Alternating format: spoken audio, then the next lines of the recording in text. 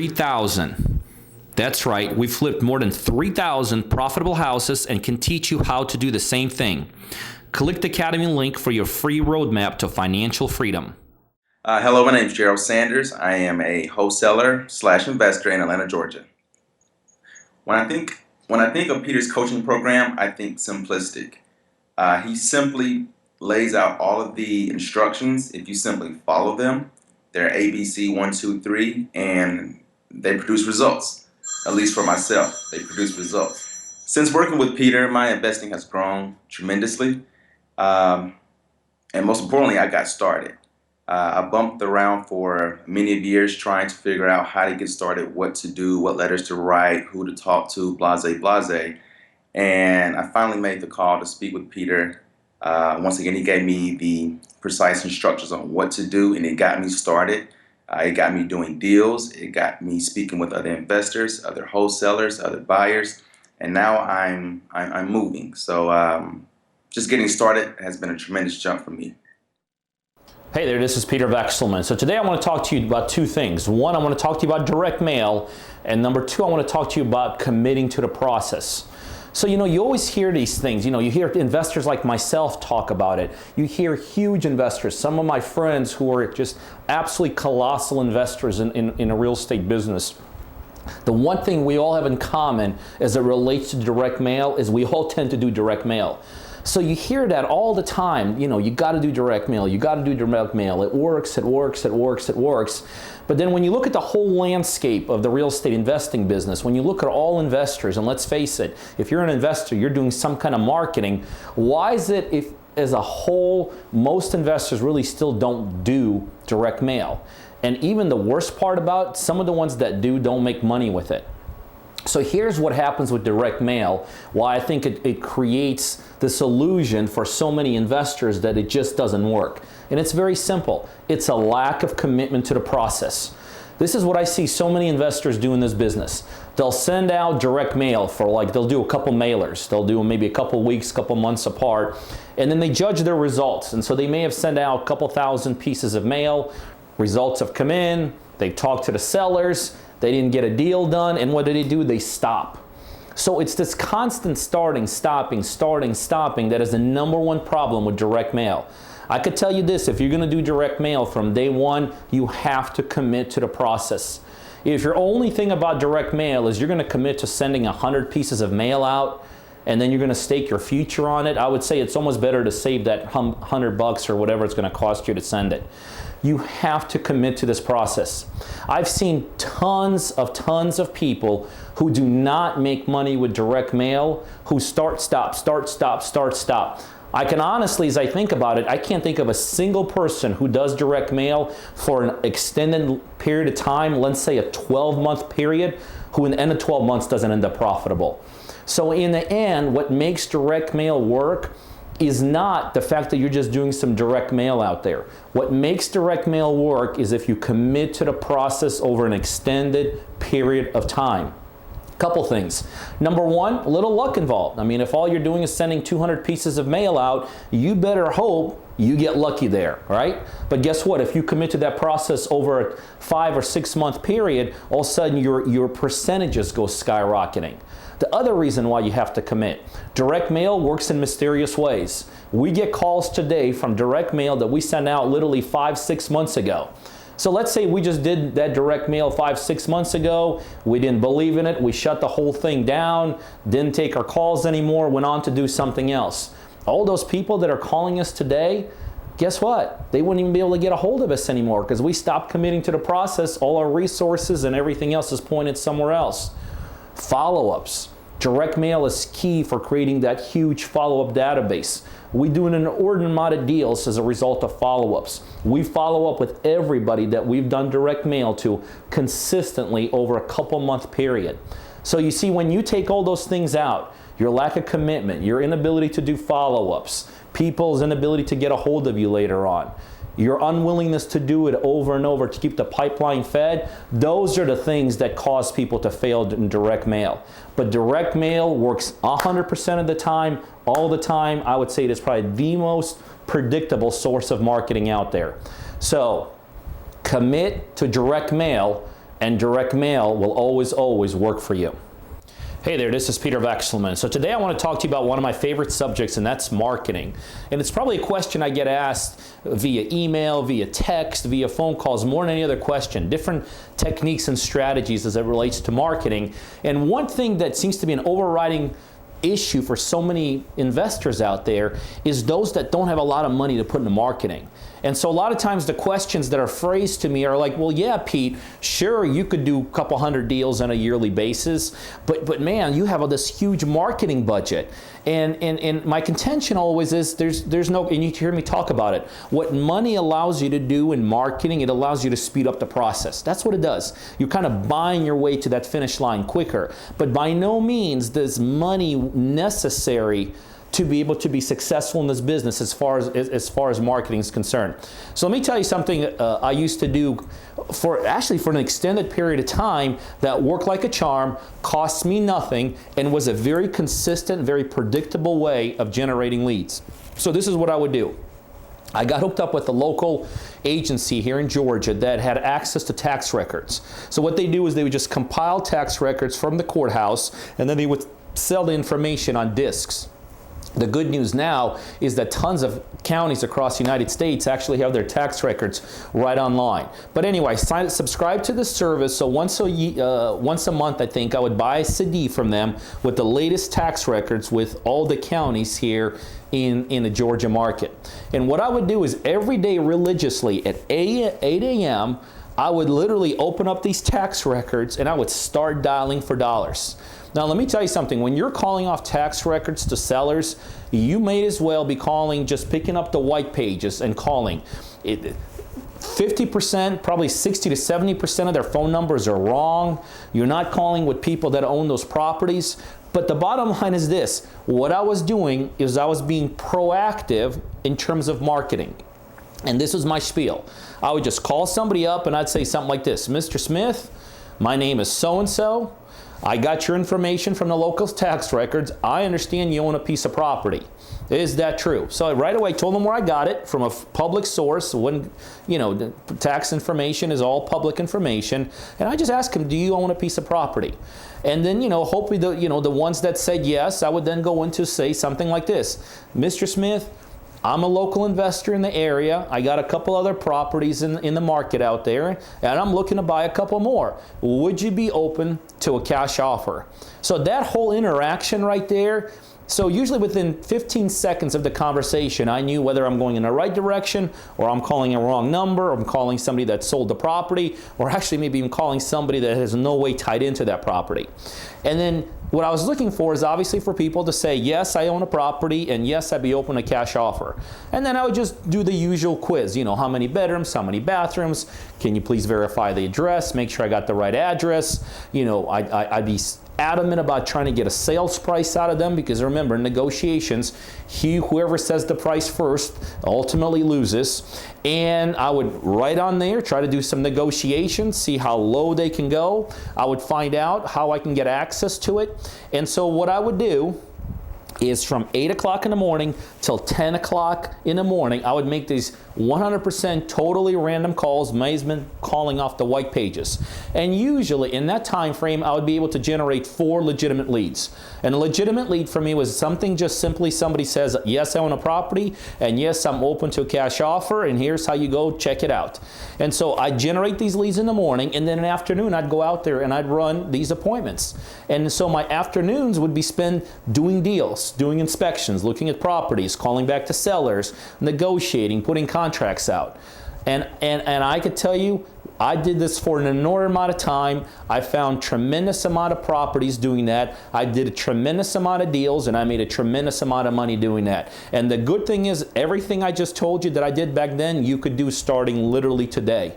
So if you're one of those people that's just trying to figure out, well, how do I generate leads, and do I have to spend a tremendous amount of money to generate leads in this business? The answer is, here's how you do it, and no, you don't have to spend a tremendous amount of time doing it. And look, if this is not your strength, go hire somebody happy to do that for you. If you don't have the money to pay him, work out some kind of a commission agreement. There's plenty of people that have the gift of gab that could say exactly what I just said, can say it in a concise way, can generate leads for you. So you may have somebody actually doing this the whole day. As they're setting these up, they're calling you out in the field. Hey, I got another one. You're out there running around looking at stuff, and then you could be the one finally calling the sellers, or maybe this person calls back the seller since they got the relationship, and putting deals together. Totally legitimate way of doing this. No cost, just some time and effort, and something that you could do literally today to get results very, very quickly. Hi there, Peter Vekselman. So what I want to talk to you about today is how for you to best spend your time.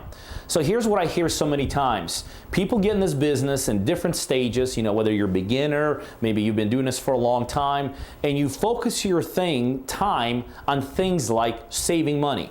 So it's amazing to me how many, especially new investors, here's where they're focusing their time. They're trying to figure out, well, how do I get a cheaper deal, or not a cheaper deal, but a cheaper contractor? How do I get how do I pay my real estate agent less money? How do I get my closing costs reduced?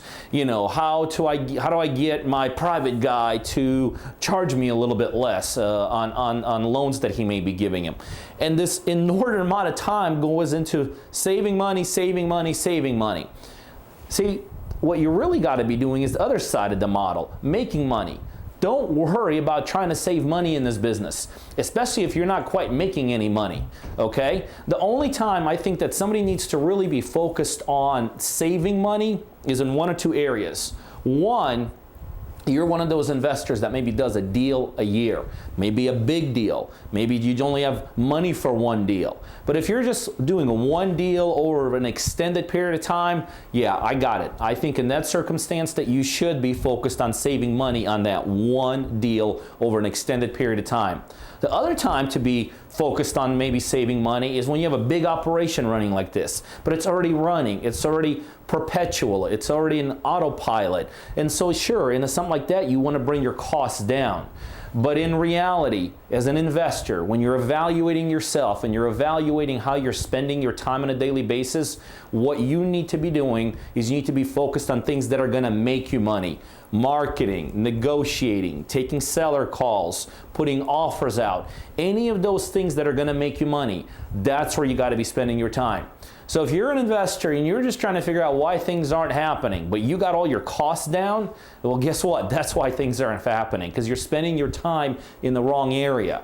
Focus on making money, and then once you start making money, then you can worry about saving money. Hey there, this is Peter Vekselman. So today I want to talk to you about certain marketing techniques and strategies, and certain marketing techniques and strategies that actually do not work all the time, everywhere, for an indefinite period of time. And the fact that that happens, that actually throws many investors off who are kind of experiencing those things. So here's what I'm talking about. There's really two things that control marketing as it relates to the market conditions and what you're doing. And here's what they are. One, quantity. Quantity of inventory you're going after. Are you going after with the marketing you're doing after 10 potential houses, or are you going after 1 million potential houses? So quantity controls it. The other thing that controls your marketing is the geographic location. What I mean by that is this. Are you going after, let's say, an area that's 5 miles wide in diameter, or are you going after an area that's 500 miles wide in diameter? These two things control the impact of your marketing. So here's what happens a lot of times. Investors go after a fairly small quantity in a fairly small geographic area. And they, for some reason, you actually may get results up front, and then the results stop. Now, the way I'm explaining it to you, it's very simple to figure it out right now, right? Hey, you've gone after a small quantity in a small area. But a lot of times when you're in the middle of that happening to you, you don't even realize what's happening. So let me give you an example of something we actually do here. There's a certain marketing strategies that we utilize here that it's related to how we make some calls. But we are limited by quantity that we can go after, and we're limited by geography that we go after. So what happens in this marketing technique is every time we start it and we initiate it, we have incredible results. And the shelf life of this marketing technique here for us is really usually only about 30 days. But see, when those 30 days are up and the results are starting to come down, we don't panic. We understand quantity and geographical bounds. So what we do is we actually lay off of the strategy for a while. We let things settle up. We let the people we're going after, the sellers we're going after, kind of forget about us for a little while, what we're doing. And then a couple of months later, we restart that strategy again. So here's my point. There are certain marketing techniques and strategies which I think have no limits and no bounds. For instance, if you're working with bird dogs, I don't think there's a limit on how many bird dogs you can send out there into your marketplace, because you never really know the results they're going to give you. But there are certain marketing techniques and strategies that are not 100% controlled by what it is you're doing. They're controlled by the market. And what it's important to understand is, when they stop working as well as they were working, don't panic. Anticipate it. Expect it. Figure out what techniques of marketing you're using. Figure out if what you're doing falls into that limitless category or there is a limit on it. And if there is a limit on it, the way you overcome it is you have to have multiple techniques and strategies for marketing. Meaning when you're utilizing this one and all of a sudden, you're utilizing maybe something that's controlled by these two and your time frame is done with it, and now you got to kick back for a little bit, maybe for a couple months, maybe even a little bit longer. During that time, you better have another technique and strategy. And then all you're doing is you're rotating them, and in the end, they become a very fluent marketing strategy and marketing techniques as you're doing that. So figure out your marketing and figure out if it's an endless supply or there's a limited supply. Hey, Peter Vekselman. So today I want to teach you a really, really cool concept that I bet even if you're in this business, to whether you're just getting started or been successful, you may have not actually even thought about. So let me tell you kind of the whole thing about being really, really, really rich and what really, really, really rich people do. You know that really, really rich people make money on everything they do? I mean, sometimes you walk into like multi-millionaire's house, you see these unbelievable paintings hanging there. And you think, gosh, these guys are spending millions and millions of dollars. Well, here's the interesting thing. A really rich person buys this unbelievable multi-million-dollar painting, and he's enjoying it while they've got it, and guess what? Then when they don't want it anymore, they sell it, and they make more money on it. See, the reality is, rich people make money on almost everything they have and everything they do because they understand how to be successful and how to take advantage of things that successful people take advantage of. In this business, you could do the same thing. So many times I talk to people in this business, it almost seems like you have to motivate them to be successful. Now watch this. I'm going to show you how one thing you can learn in this business that could propel you into these rich people's worlds. If you understand the art of acquisition, if you understand the art of marketing, negotiating, all these things that come with finding good deals. Now, I know that's the crux of the business. That's kind of the heartbeat of this business. But if you really invest your time, your effort, and energy in, you could literally live for free in multi-million-dollar estates. The concept's very simple. Here's what we do here. Here I'm doing upwards 5-10 deals on a weekly basis, week in and week out. And guess what? Every single one of those deals has a profit margin. Now, we have a sweet spot here. Like, for instance, in Atlanta, our sweet spot, it tends to be under $100,000 properties. When I'm buying and doing deals, let's say in other parts of the United, like in Florida, our sweet spot is actually over $100,000. But again, every single deal that we find here has a profit margin in there, okay?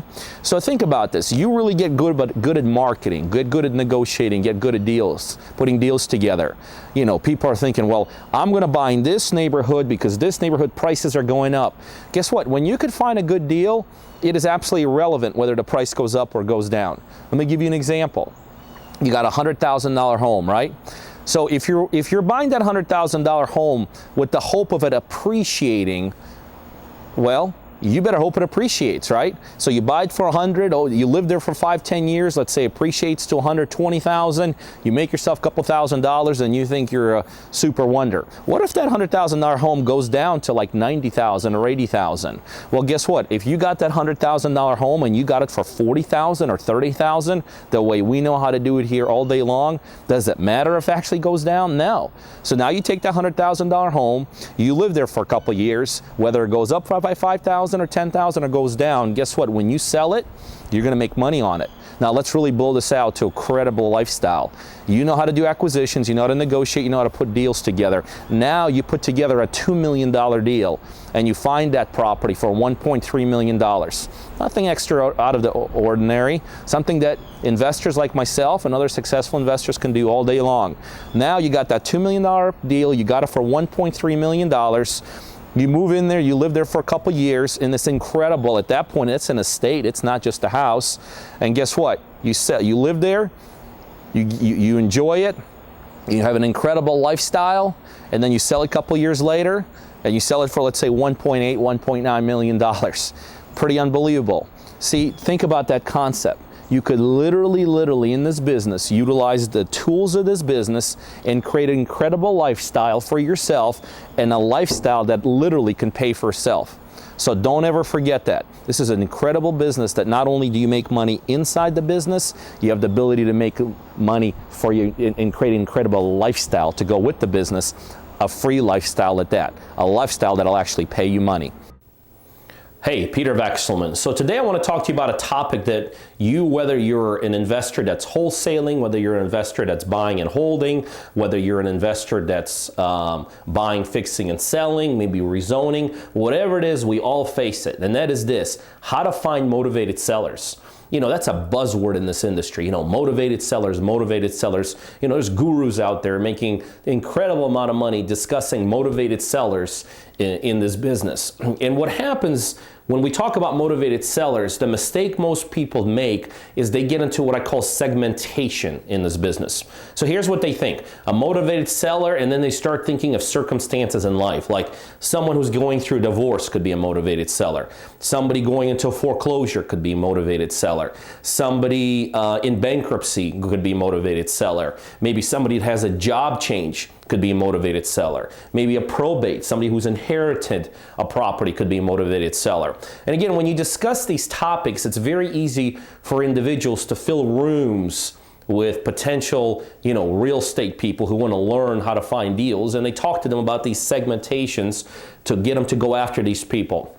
My contention and how I've built this whole business here is that motivated sellers, although possibly could be one of those, when you look at statistics all the way across the board, here's what I found to be the number one motivated seller, and that is somebody that is willing to negotiate on the property.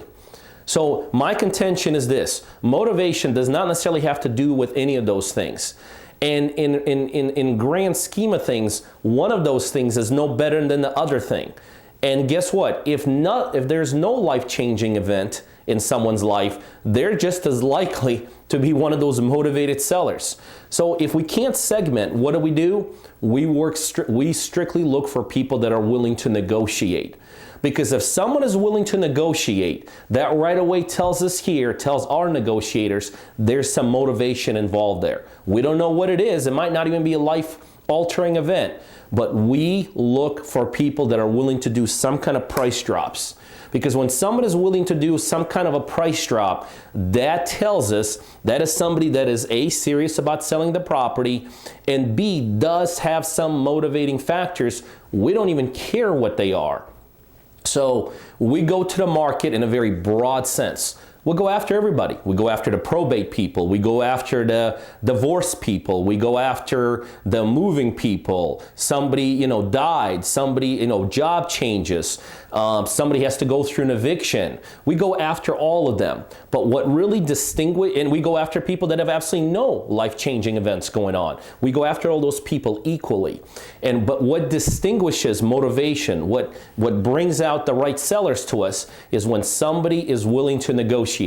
Now, So the next question is always, well, what do you mean willing to negotiate? If somebody's asking $100,000 and they're willing to go to $99,900, they've negotiated. No, I don't mean like unreasonably small. In our world, if somebody's willing to do somewhere between a 15 to 20% price drop, that's motivation. Those are the people we focus on. Those are the people we work with. Those are the people we want to concentrate in terms of getting contracts on.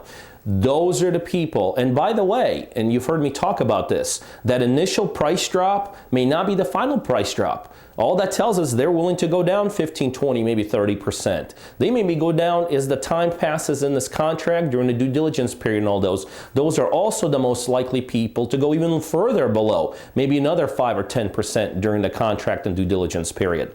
So my contention is very simple. Don't get bogged down with all the stuff out there in terms of motivated sellers.